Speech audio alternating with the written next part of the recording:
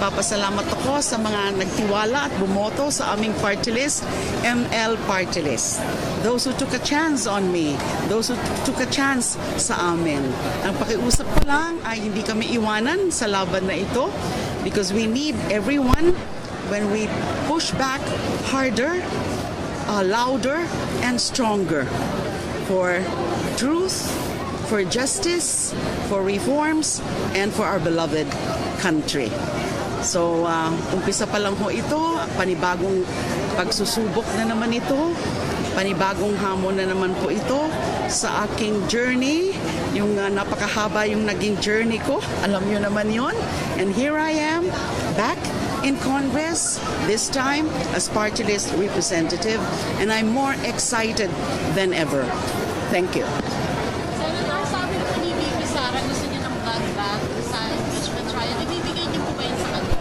Naku, hindi dapat to ganun ang iniisip. Ano? Siguro, ganun ang ginagawa ni VP Sara para lalo siyang, alam mo na, she's trying to court sympathy. Dahil mapalapit na nga yung impeachment trial. Hindi ganun ang impeachment proceedings sa constitutional process of impeachment na dapat puwang para sa kagustuhan, para sa drama or para sa theatrics. So ito ay seryosong usapin na susundin ang due process, susundin ang rule of law, at susundin ang mga prinsipyo na napakahalaga na nandyan sa ating saligang batas. Ano po yan? Yung katotohanan, yung katarungan, at lalong-lalo na yung pananagutan or accountability.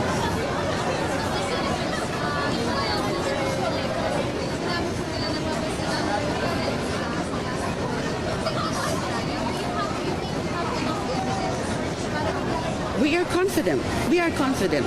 Hindi sana ako umuo, hindi sana ako pumayag na maging part of the prosecution panel kung ang sa tingin ko ay hindi malakas ang kaso. Noon pa man, doon sa mga hearings sa House of Representatives, sa mga iba't ibang committee like the Quad Committee, the Committee on Good Government and Public Accountability. Just like you, I've been monitoring also those hearings. Nakita ko na malakas at may basehan yung impeachment, yung mga articles of impeachment as forwarded or transmitted to the Senate.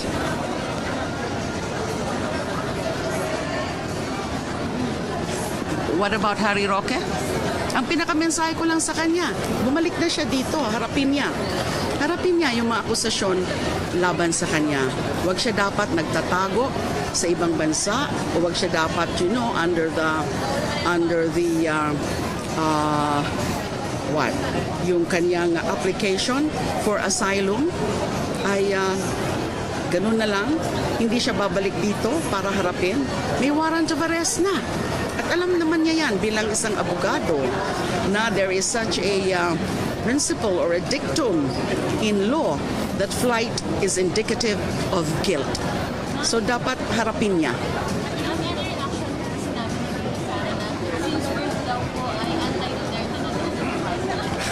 I think that is just an exaggeration. Di ba, mahilig naman siya sa ganon, mga exaggerated rhetoric. Paano masasabi since birth? I don't think it's literal. It's rhetoric. Ang naman, yung kung ang pagkaka-perceive sa akin ng mga tao ay anti-Duterte ako, ay may basehan. Yung aking pakikilaban, yung aking pagkukontra noon, nung panahon ng Duterte administration, dahil may basehan yung aking mga pagsigaw at paglaban, lalo na yung EJ case, lalo na yung summary execution na involving libo-libo nating mga kababayan na karamihan ay mga mahihirap. So it's just an exaggerated statement by VP. Yes.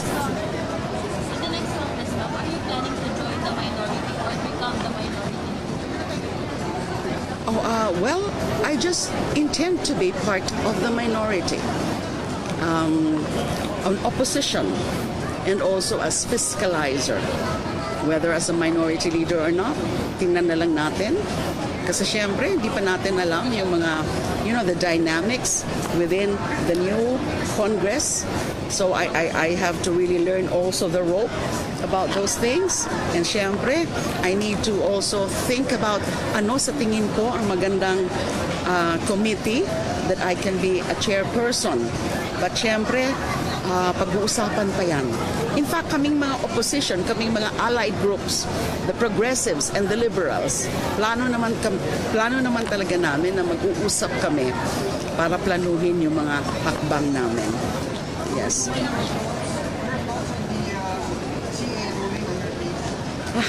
Nagtataka kami, naguguluhan kami, just like many, naguguluhan kami sa desisyon na yon.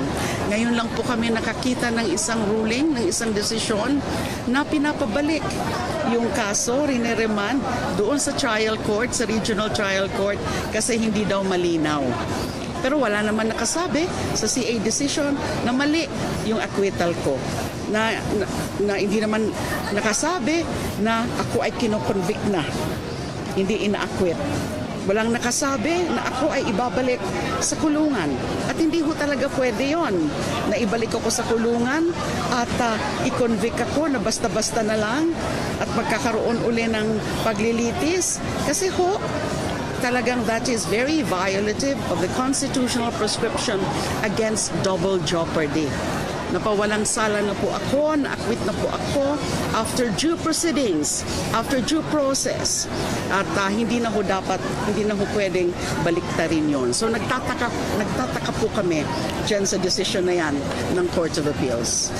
Thank you. Comment that is early, pero incoming senators like Marcoleta and Marcos na nagpapayag ng position nila on the impeachment. Okay, ayaw pa ho namin tingnan yan, ano? Although, of course, it's natural for us to speculate kung sino yung mga who would be voting for acquittal on one hand and who would be voting for conviction on the other.